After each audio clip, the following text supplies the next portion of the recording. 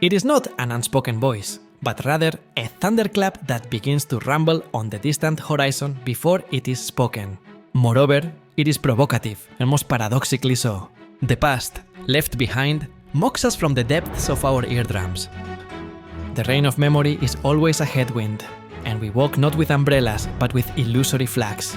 Faster than rhythm, sharper than reason, the sound of choices that have accidentally mimicked themselves within us splits apart. The grains of thought that leap from the uncertainty hidden within necessity faintly mock the observer that is the self. A sensory objection to existing forms that are not inherently rebellious. That is why the thunder does not strike nearby, but roars in the distance. The you within me is now foretelling an unseen world deep within our ears. Beyond the distant blue, a flash lurks deep within the inner self. It is not merely a meteorological phenomenon, but an enigmatic code touching the very foundation, a fragmentary call to the future left unresolved in the depths of long memory. This distant thunder transcends the predetermined melody of time, merging the turbulent inner conflict of a storm and the subtle whispers of a wandering soul into a sudden brilliance, a testament to the moment where intellect and passion collide and fuse.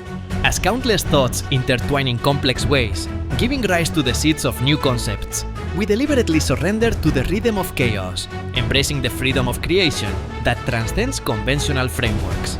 The truth contained in that fleeting flash of light does not fade away with time, but resonates eternally in the heart as a symbol of inner sublimation and innovation. As lost memories and hopes for the future intertwine, we redefine our own meaning within this challenging resonance. Amidst this lyrical symphony of chaos and order, we find courage not merely in the roar of nature, but as an invitation to enlightenment.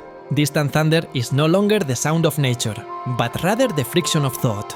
It is the voice of what does not exist demanding existence, the echo of perception that has turned its back on reason. Concepts that cannot proceed straight ahead overlap with one another, dislocating the joints of logic as they spiral into negation. In this world, distant thunder is a metaphor for proximity, the cracking sound of all the possibilities we have avoided as things that have not yet happened. That sound cracks the adhesive surface of space-time, stripping away the facade of the present that pretends to be continuous. This is not weather. This is an abnormal weather of thought, a spectral rebellion of options denied decision. Challenge is always the summoning of the inner other.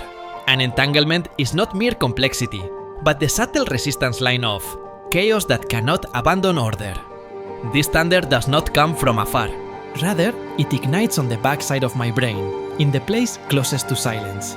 What we should listen for is not the sky, but the vibrations below language that lurk in the gaps of the world. The silence of the horizon is not sound. It is the embryo of sound, a metaphysical rumbling that shakes the edge of hearing. The dry sensation of skin first foretells the convulsions of the atmosphere. We stare slightly from the cradle of tranquility. That sound does not arrive in a straight line. It shatters against mountain ranges, is absorbed by the cloud's bed, and echoes through valleys. A physical detour accompanied by a delay in meaning, before seeping into our eardrums. Sound, an orphan torn from the swift aresia of light. This time lag is a mischievous time bomb planted in the fragile state set of our perception. It is the thunderous murmur of the heavens, containing countless echoes, intertwining the reverberations of the past and future.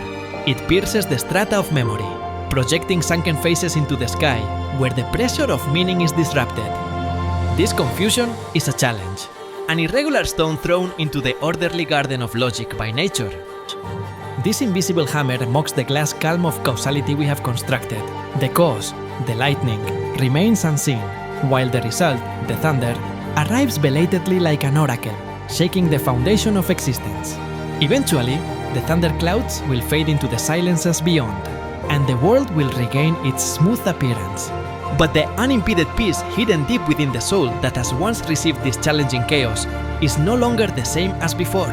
In that place, the traces of cracked memories, the scars of interrogation, are deeply etched as an eternal inscription. A voiceless heartbeat stirs at the bottom of the sky. A silent wail that burns away the threshold of speculation erodes the earth's core.